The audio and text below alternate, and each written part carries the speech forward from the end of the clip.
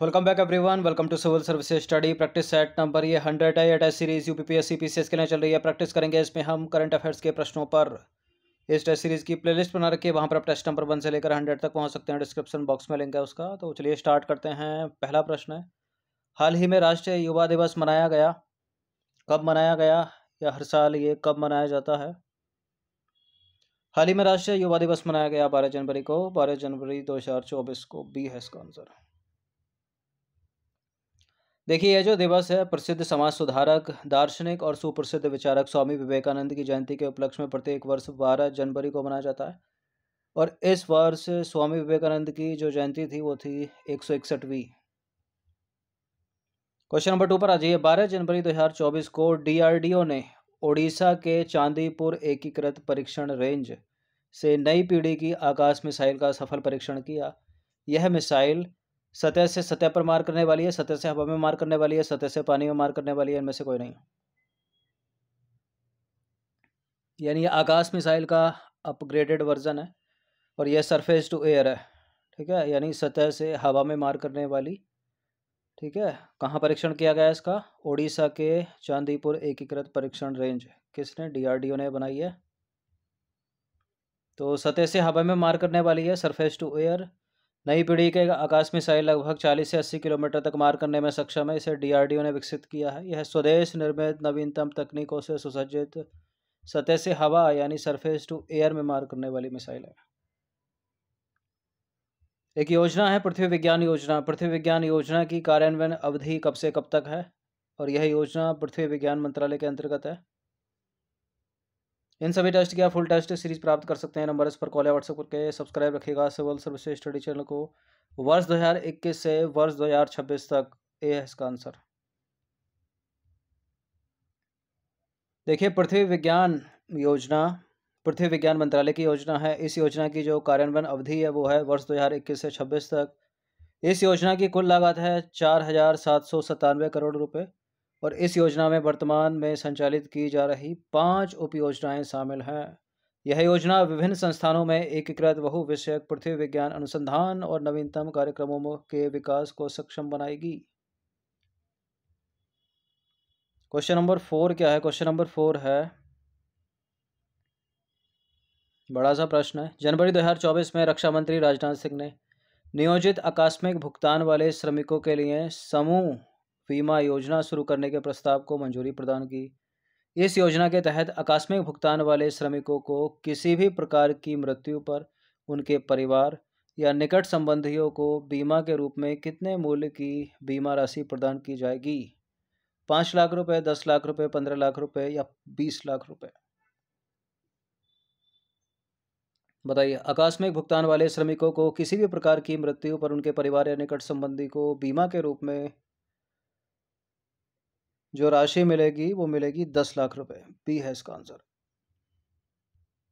नियोजित आकस्मिक भुगतान वाले श्रमिकों के लिए समूह बीमा योजना।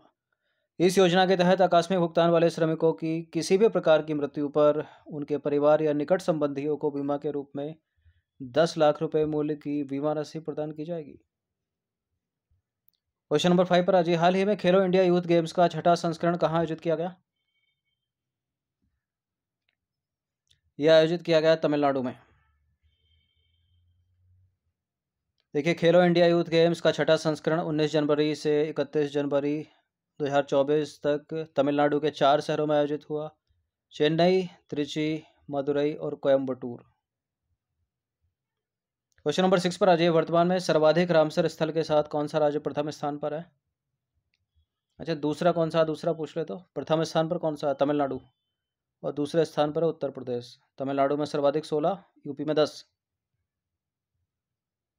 देखिए, हाल ही में केंद्रीय पर्यावरण, वन और जलवायु परिवर्तन मंत्रालय ने घोषणा की है कि विश्व आर्द्रभूमि दिवस 2024 की पूर्व संध्या पर भारत ने 5 आर्द्रभूमियों को रामसर साइट के रूप में नामित किया है, जिससे इनकी संख्या 75 से बढ़कर कितनी हो गई? 80 हो गई।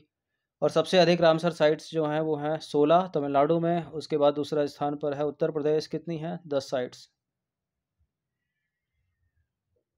प्रत्येक वर्ष 2 फरवरी को मनाया जाता है विश्व आर्द्रभूमि दिवस। भारत में इस बार मनाया गया, एमपी में। क्वेश्चन नंबर 7 पर आ जाइए। भारत रत्न के संबंध में दिशा निर्देशों के अनुसार एक वर्ष में अधिकतम कितने व्यक्तियों को इस पुरस्कार से सम्मानित किया जा सकता है?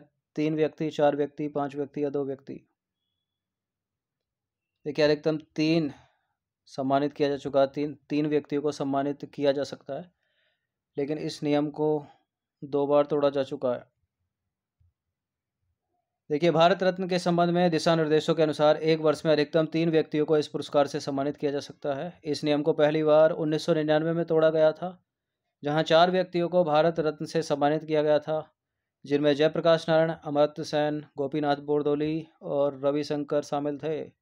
और वर्ष 2024 में पुनः एक बार इस नियम को फिर से तोड़ा गया और 5 व्यक्तियों को भारत रत्न से सम्मानित किया गया इस वर्ष। एक हैं कर्पूरी ठाकुर, मरणोपरांत MS स्वामीनाथन, मरणोपरांत PV नरसिम्हा राव, मरणोपरांत लाल कृष्ण आडवाणी और चौधरी चरण सिंह, मरणोपरांत। ठीक है, ये अभी हैं।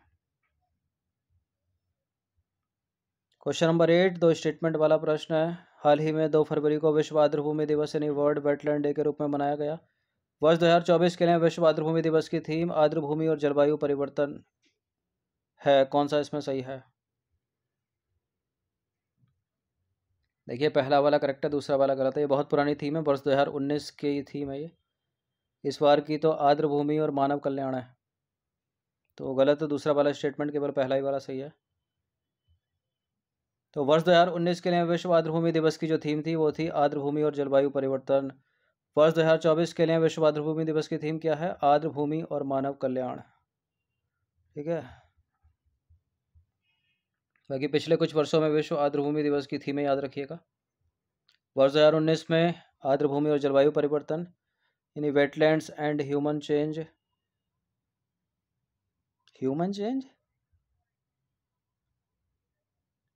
Climate change, sorry. ठीक है, 2 प्रिंटिंग मिस्टेक हो गई आज।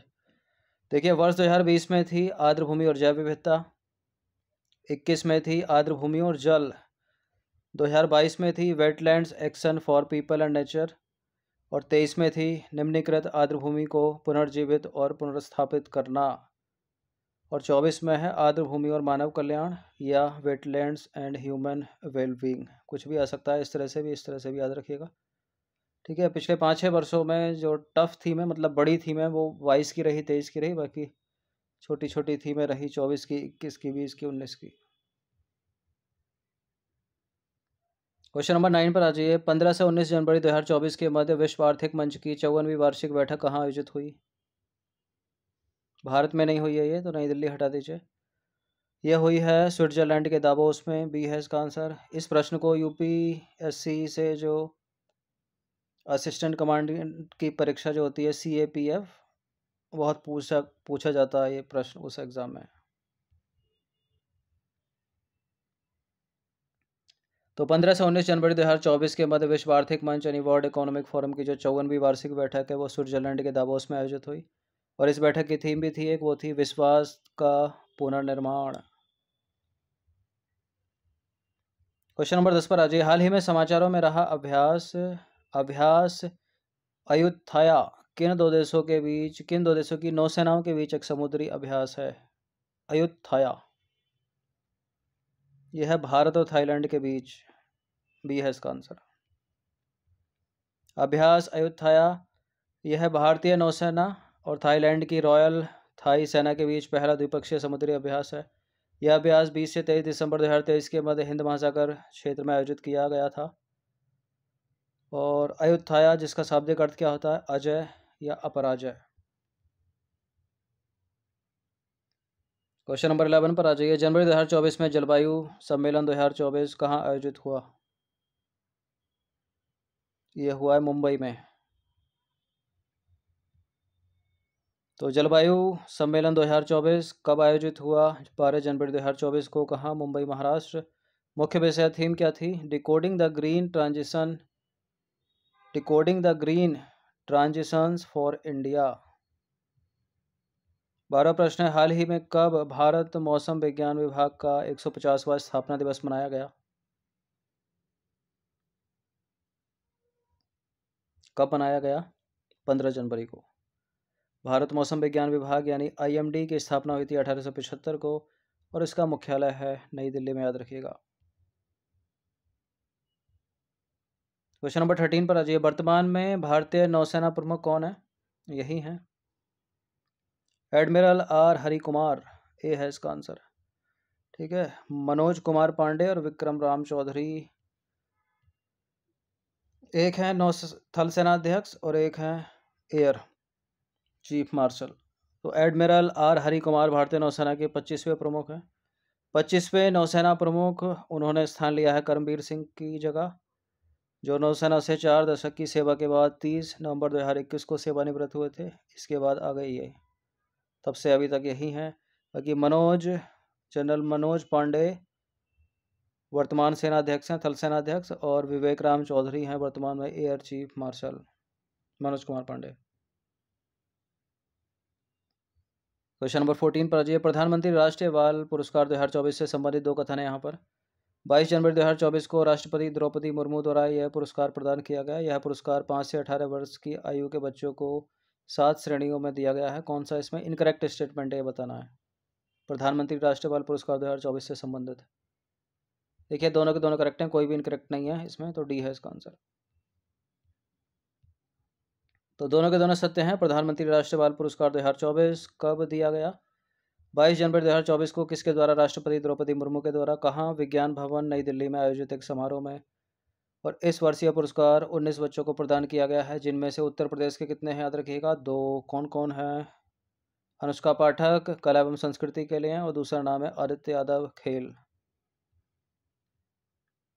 यूपी का एग्जाम है तो यूपी के बच्चे के नाम याद रखिएगा मोटे मोटे तौर पर। क्वेश्चन नंबर 15 पर आ जाइए। सुभाष चंद्र बोस आपदा प्रबंधन पुरस्कार 2024 से संबंधित निम्न कथनों पर विचार कीजिए। 23 जनवरी 2024 को इस पुरस्कार की संस्थागत श्रेणी के लिए 60 parachute field hospital Uttar Pradesh को चुना गया।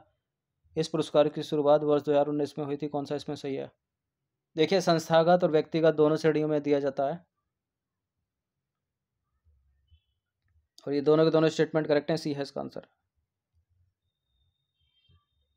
तो सुभाष चंद्र बोस आपदा प्रबंधन पुरस्कार के बारे में, यह पुरस्कार केंद्रीय गृह मंत्रालय के द्वारा प्रदान किया जाता है। इस पुरस्कार की शुरुआत हुई थी वर्ष 2019 में। संस्थागत श्रेणी में यह पुरस्कार मिला है 60 parachute field hospital Uttar Pradesh को।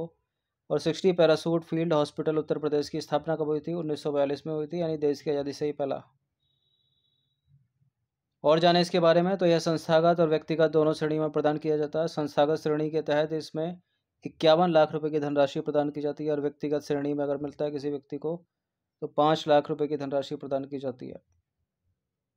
एक युद्धाभ्यास है साइक्लोन 2024। 2 स्टेटमेंट उसके बारे में। यह भारत और मिस्र के बीच एक विशेष बल युद्धाभ्यास है। इसका दूसरा संस्करण हाल ही में अंसास मिस्र में हुआ है। कौन सा इसमें सही है? भारत में हुआ होगा तो दूसरा स्टेटमेंट गलत हो जाएगा। भारत और मिस्र के अलावा किसी और देश के बीच होगा तो पहला भी गलत हो जाएगा, लेकिन कोई भी गलत नहीं है, दोनों के दोनों सही हैं। सी है इसका आंसर। तो युद्धाभ्यास साइक्लोन 2024 भारत और मिस्र के बीच एक विशेष बल युद्धाभ्यास है ये। इसका दूसरा संस्करण 22 जनवरी से 1 फरवरी 2024 तक मिस्र के अंसास में किया गया। क्वेश्चन नंबर 17 है। अभ्यास खंजर 2024 से संबंधित निम्नलिखित कथनों पर विचार कीजिए। यह भारत और तुर्कमेनिस्तान के बीच एक संयुक्त विशेष बल अभ्यास है। इसका 11वां संस्करण 22 जनवरी से 3 फरवरी 2024 के मध्य बकलो हिमाचल प्रदेश में आयोजित किया गया। देखिए खंजर जो है वो भारत और किर्गिस्तान के बीच है, ना कि तुर्कमेनिस्तान के बीच। बाकी इस बार का संस्करण हुआ है हिमाचल प्रदेश के बकलोह में, तो केवल 20 का आंसर है, ए गलत है। अभ्यास खंजर यह भारत और किर्गिस्तान के बीच एक संयुक्त विशेष बल अभ्यास है। इसका आयोजन 22 से 3 फरवरी 2024 के मध्य हिमाचल प्रदेश के बकलोह में किया गया, और इसकी शुरुआत हुई थी वर्ष 2011 में खंजर की, अभ्यास खंजर। क्वेश्चन नंबर 18 है। जनवरी 2024 में किसने हमारा संविधान हमारा सम्मान अभियान का उद्घाटन किया? उपराष्ट्रपति जगदीप धनखड़। डी है इसका आंसर। हमारा संविधान हमारा अभियान, हमारा संविधान हमारा सम्मान अभियान, कब? 24 जनवरी 2024 को किसके द्वारा? उपराष्ट्रपति जगदीप धनखड़ के द्वारा। क्यों किया गया? क्या उपलक्ष्य था? भारतीय गणतंत्र के 75वें वर्ष के उपलक्ष्य में, और यह अभियान कानून और न्याय मंत्रालय, भारत सरकार के तत्वाधान में साल भर चलेगा। ठीक है। हमारा संविधान हमारा सम्मान अभियान। क्वेश्चन नंबर 19 है, जनवरी 2024 में 9वां स्मार्ट सिटीज इंडिया एक्सपो 2024 कहाँ आयोजित हुआ? 9वां स्मार्ट सिटीज इंडिया एक्सपो 2024 ये आयोजित हुआ है नई दिल्ली में। देखिए 25 जून 2015 को देश के 100 शहरों को विकसित करने हेतु स्मार्ट सिटीज मिशन की शुरुआत हुई थी। 17 से 19 जनवरी 2024 के मध्य 9वां स्मार्ट सिटीज इंडिया एक्सपो 2024 नई दिल्ली के प्रगति मैदान में आयोजित हुआ, और इस अवसर पर स्मार्ट सिटी इंडिया अवार्ड प्रदान किया गया। क्वेश्चन नंबर 20 पर आ जाइए। 19 जनवरी 2024 को केंद्र सरकार ने किसे सशस्त्र सीमा बल यानी एसएसबी का नया महानिदेशक नियुक्त किया? डीके पाठक, रशिम शुक्ला, दलजीत सिंह चौधरी, एसएस देसवाल। इन्हीं को चुना गया है एसएसबी का नया महानिदेशक। इनका नाम है Daljit Singh Chaudhary, option number C. कौन है दलजीत सिंह चौधरी? उत्तर प्रदेश कैडर के 1900 बैच के आईपीएस ऑफिसर, वरिष्ठ आईपीएस अधिकारी। सशस्त्र सीमा बल या एसएसबी के बारे में जाने, एसएसबी के बारे में जाने तो यह नेपाल और भूटान की सीमा सुरक्षा करने वाला गृह मंत्रालय भारत सरकार के अधीन एक अर्धसैनिक बल है। इसकी स्थापना कब हुई थी एसएसबी की? सशस्त्र सीमा बल 1963 में। मुख्यालय कहाँ पर इसका? नई दिल्ली में। तो ये 20 करंट अफेयर्स के इंपॉर्टेंट प्रश्न थे, इनकी प्रैक्टिस 1 से 2 बार कर लीजिएगा। धन्यवाद। हर दिन प्रैक्टिस करते रहिएगा।